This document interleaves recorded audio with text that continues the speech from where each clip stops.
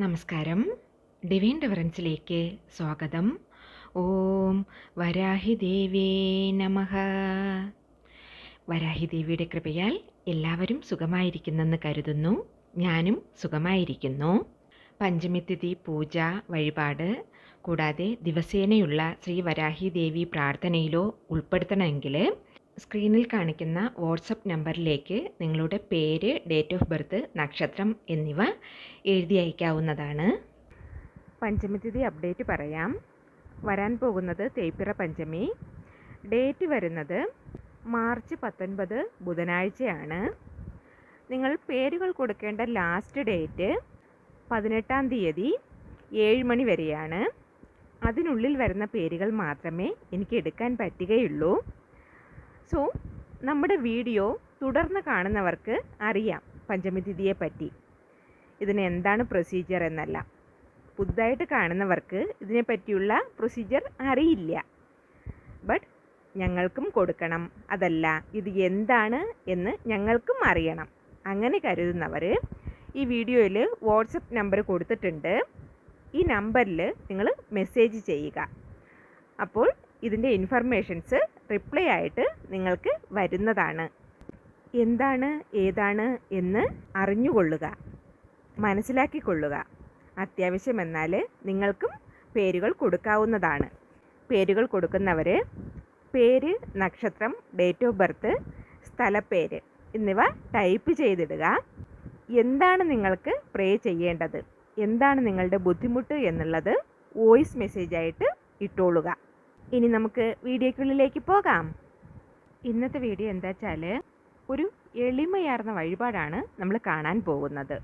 ഈ വഴിപാട് മെയിൻലി എന്തിനു വേണ്ടി എന്ന് ചോദിച്ചാൽ, പിരിഞ്ഞു കഴിയുന്ന ഭാര്യ ഭർത്താക്കന്മാർ ഒന്നിക്കുന്നതിനും സന്തോഷത്തോടു കൂടി ജീവിക്കുന്നതിനും വേണ്ടിയുള്ള ഒരു എളിയ വഴിപാട്.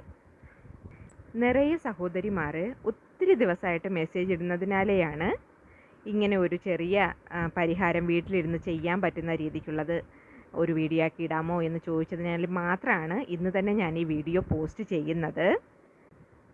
ചില സഹോദരിമാർ പറയുന്നത്, എനിക്ക് 2 ആൺമക്കളാണ്, എന്നാൽ എൻ്റെ ഭർത്താവ് എന്നെ പിരിഞ്ഞ് ജീവിക്കുന്നു. ഞാൻ തനിയെ കുഞ്ഞുങ്ങളെ വെച്ച് കഷ്ടപ്പെട്ടിട്ടിരിക്കുന്നു. ഭർത്താവിന് വേറൊരു പെണ്ണുമായിട്ട് ബന്ധമുണ്ട്. അദ്ദേഹം എന്നെയും കുട്ടികളെയും നോക്കുന്നേയില്ല. ഞാൻ തനിയാ വീട് നടത്തിയിട്ടേ ഇരിക്കുന്നു എന്ന് ഒരു ചില സഹോദരിമാർ പറയുന്നുണ്ട്. എന്നാൽ ഒരു ചില പേർ വന്നിട്ട്, ഞാൻ അമ്മ വീട്ടിലാണ് ഇരിക്കുന്നത്, എന്നെ എൻ്റെ ഭർത്താവ് ഉപേക്ഷിച്ചിട്ട് പോയി.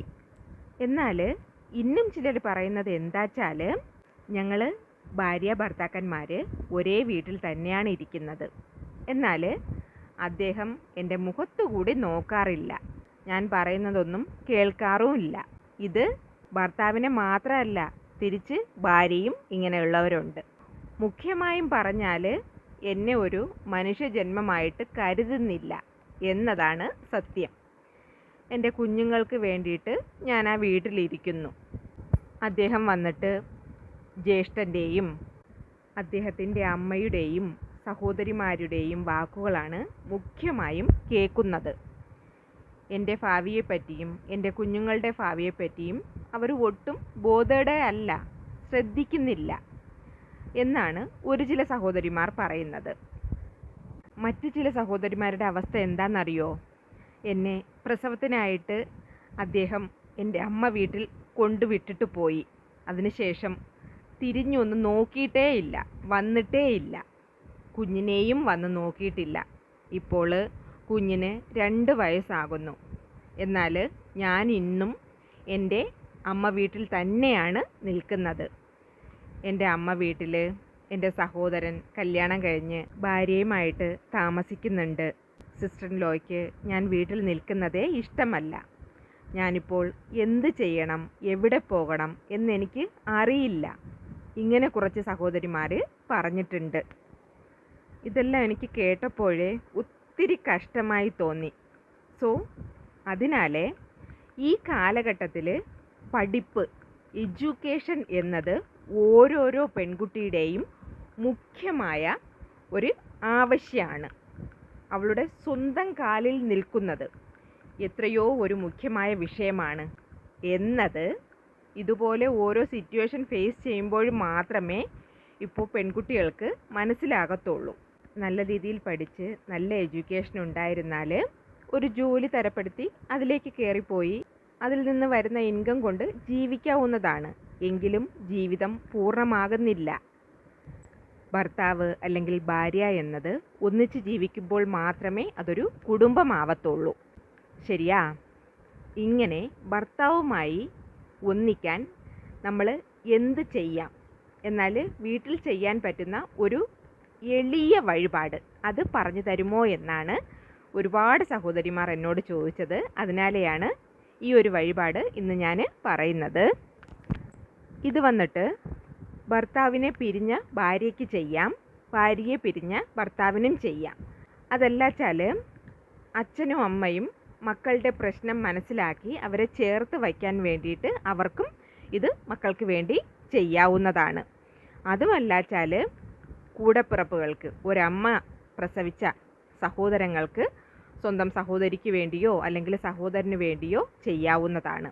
അത്രയ്ക്കും സ്നേഹമുള്ളവർ മാത്രമേ ചെയ്യാൻ പാടുള്ളൂ. ഈ വഴിപാടിന് വേണ്ടിയ പൊരുൾകൾ എന്താണെന്ന് നോക്കാം. അതിനു മുന്നേ ഫ്രണ്ട്സ്, നിങ്ങൾ വീഡിയോ കാണുന്നത് ചാനൽ സബ്സ്ക്രൈബ് ചെയ്യാതെയാണെങ്കിൽ ചാനലൊന്ന് സബ്സ്ക്രൈബ് ചെയ്ത് സപ്പോർട്ട് ചെയ്യണേ. എങ്കിൽ മാത്രമേ ഞാനിടുന്ന ഇതേമാതിരിയുള്ള വീഡിയോസ് നിങ്ങൾക്ക് നോട്ടിഫിക്കേഷനായിട്ട് വന്നു ചേരുകയുള്ളൂ. ഇതിന് വേണ്ടിയ പൊരുൾകൾ എന്താച്ചാൽ, ഒരു വെള്ള പേപ്പർ, ഫസ്റ്റിലൊരു വെള്ള പേപ്പർ എടുത്തോളുക. കൂടെ ഏതോ ഒരു കളർ ഒരു പെന്ന്, അത് ബ്ലാക്ക് മാത്രം എടുക്കാൻ പാടില്ല, വേറെ ഏത് കളർ വേണേലും എടുത്തോളുക. കൂട്ടത്തിൽ ഒരു തട്ടും കൂടെ എടുത്തോളുക. അത് മൺതട്ടാവുകയോ അല്ലെങ്കിൽ സ്റ്റീലിൻ്റെയോ ഏതെങ്കിലും ഒരു തട്ട് എടുക്കുക. ഇനി വേണ്ട മെയിൻ പൊരുൾ എന്താച്ചാൽ, ഒരു ഏലക്ക, ഒരു ഗ്രാമ്പു, ഒരു പീസ് പച്ചക്കർപ്പൂരം. ഇതാണ് ആവശ്യം വേണ്ട പൊരുൾകൾ. ഇനി ഇതെല്ലാം എടുത്ത് വെച്ചിട്ട് വരാഹി അമ്മയെ മനസ്സറിഞ്ഞങ്ങ് പ്രാർത്ഥിച്ചോളുക. അമ്മേൻ്റെ കൂടെ തന്നെ ഉണ്ടാവണം, എൻ്റെ കാര്യങ്ങളെല്ലാം നടത്തി തരണം എന്ന് അമ്മയോട് മനസ്സറിഞ്ഞ് പ്രാർത്ഥിക്കുക. ഇവിടെ എന്താ നമ്മൾ ചെയ്യാൻ പോവുക എന്ന് വെച്ചാൽ, അമ്മയെ നമ്മൾ വിളിച്ചപേക്ഷിക്കുകയാണ്.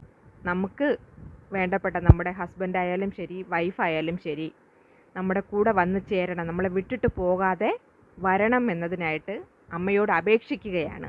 അതിനായിട്ട് ഫസ്റ്റ് നിങ്ങൾ ഒരു പേപ്പർ എടുത്തല്ലോ, അതിൽ നിങ്ങളുടെ ഹസ്ബൻഡാണ് വരാനെങ്കിൽ അദ്ദേഹത്തിൻ്റെ പേരെഴുതുക, അല്ല വൈഫാണ് വരേണ്ടതെങ്കിൽ അവരുടെ പേരെഴുതുക. ഞാനിവിടെ ജസ്റ്റ് കാണിക്കുന്നേ ഉള്ളൂ, അതാണ്, പേരൊന്നും ഞാൻ എഴുതിയിട്ടില്ല. പ്രശ്നങ്ങളുള്ളവർ മാത്രം ചെയ്താൽ മതി, അതുകൊണ്ടാണ് ഞാൻ പേരൊന്നും എഴുതാതെ വെച്ചിരിക്കുന്നത്, ജസ്റ്റ് എക്സ് വച്ചിരിക്കുന്നത്. ഇവിടെ നിങ്ങൾ പേരെഴുതിക്കൊള്ളുക. എന്നിട്ട് നിങ്ങൾ മനസ്സിൽ പറയണം, നിങ്ങൾ എവിടെ ഇരുന്നാലും നല്ലായിരിക്കണം, അവരുടെ മേലെ നിങ്ങൾ ഒത്തിരി സ്നേഹത്തോടെ പെരുമാറുക. എന്നിട്ട് അങ്ങ് എന്നോട് വന്നു ചേരുന്ന ദിവസം ഞാൻ പ്രതീക്ഷയോടെ കാത്തിരിക്കുന്നു എന്ന് പറഞ്ഞ് നമ്മളെ വിട്ടു പോയപ്പോൾ ഹസ്ബൻഡാണെങ്കിൽ ഹസ്ബൻഡ്, വൈഫാണെങ്കിൽ വൈഫ്, അവരെ മനസ്സിൽ വിചാരിച്ച് നിങ്ങൾ അവരെ പുകഴ്ത്തി പറയുക. എന്നുവെച്ചാൽ അവരെ ഒരു വാക്കുകൊണ്ട് പോലും വേദനിപ്പിക്കാത്ത രീതിക്ക് പുകഴ്ത്തി പറയുക. ഇത്രയും മനസ്സിലായല്ലോ? നമ്മുടെ ജീവിതത്തിൽ വസന്തകാലം ഉണ്ടാകാൻ പോകുന്നു. അങ്ങനെ നിങ്ങൾ മനസ്സിൽ പ്രാർത്ഥിക്കുക. വീണ്ടും വീണ്ടും ഞാൻ ഒരു കാര്യം പറയാം, നമ്മളെ പിരിഞ്ഞു പോയത് നമ്മുടെ ഭർത്താവായാലും ശരി, ഭാര്യയായാലും ശരി, അവരെ ഒരു മോശപ്പെട്ട വേർഡ് ഒന്നും യൂസ് ചെയ്യാൻ പാടില്ല.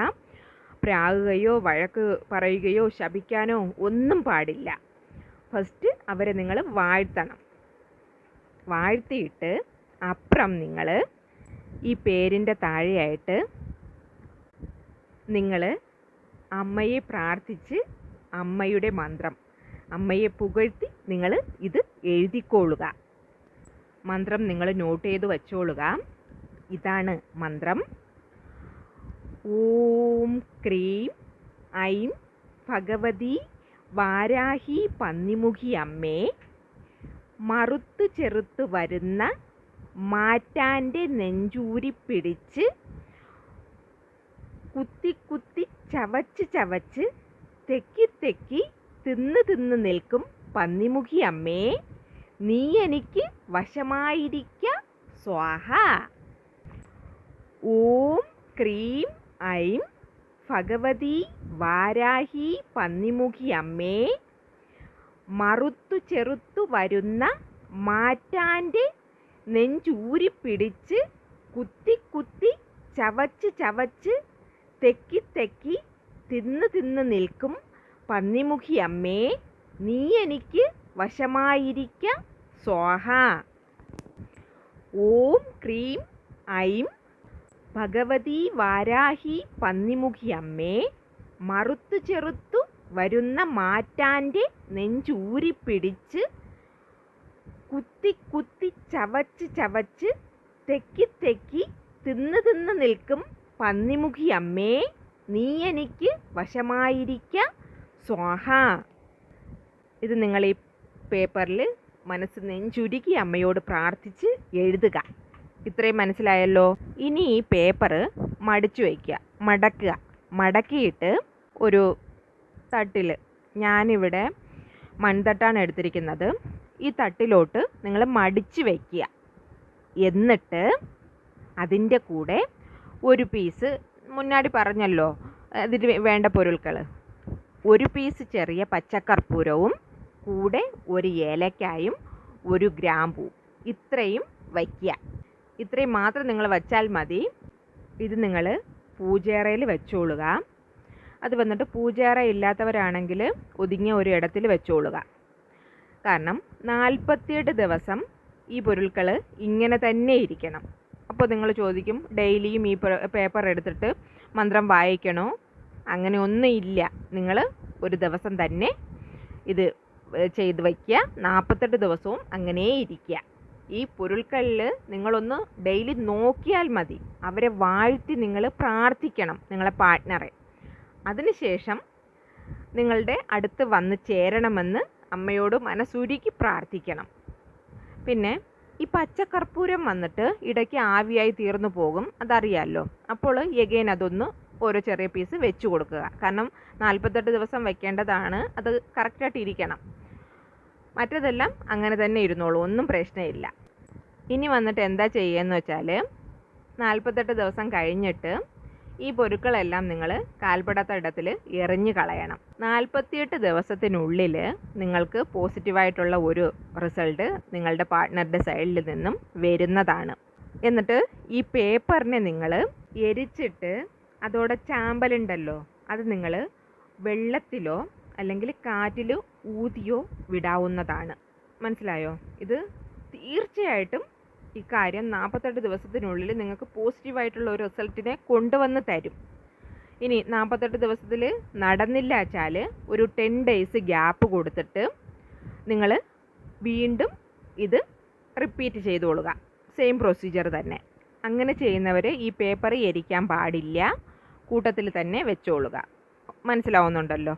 പിന്നെ വേറൊന്ന്, ഈ വഴിപാട് ചെയ്യാനായിട്ട് ശുദ്ധപഥത്തോടെ ഇരിക്കുന്നവർ മാത്രമേ ഈ വഴിപാട് ചെയ്യാൻ പാടുള്ളൂ. നോൺ വെജ് ഭക്ഷണങ്ങൾ കഴിച്ചിട്ടോ പീരീഡ്സ് ടൈമിലോ അതല്ല പുലവാലായ്മ ഉള്ളവരോ ഒന്നും ഇത് ചെയ്യാൻ പാടില്ല. അന്നത്തെ ദിവസമേ നിങ്ങൾ നോൺ വെജ് ഭക്ഷണങ്ങൾ കഴിക്കരുത്. കാരണം ഇത് ഡൗട്ട് ചോദിക്കുന്നവർക്കായിട്ട് ഞാൻ എടുത്ത് പറയുന്നതാണ്. പിന്നെ സമയം എന്നത് രാത്രി 7:30 മണിക്ക് മേലെ, ആഫ്റ്റർ 7:30 PM ഇത് ചെയ്യാൻ പാടുള്ളൂ. എല്ലാവരും ഒന്ന് ചെയ്ത് നോക്കിയിട്ട് റിസൾട്ട് എനിക്കൊന്ന് കമൻറ്റിൽ അറിയിച്ചോളുക. ഇന്നത്തെ വീഡിയോ എല്ലാവർക്കും ഇഷ്ടപ്പെട്ടെന്ന് കരുതുന്നു. വീഡിയോ യൂസ്ഫുൾ ആയിട്ട് തോന്നുന്നുണ്ടെങ്കിൽ ഫ്രണ്ട്സിനും റിലേറ്റീവ്സിനും ഒന്ന് ഷെയർ ചെയ്ത് കൊടുക്കണേ. ഒരു ലൈക്കും കൂടെ തരണേ.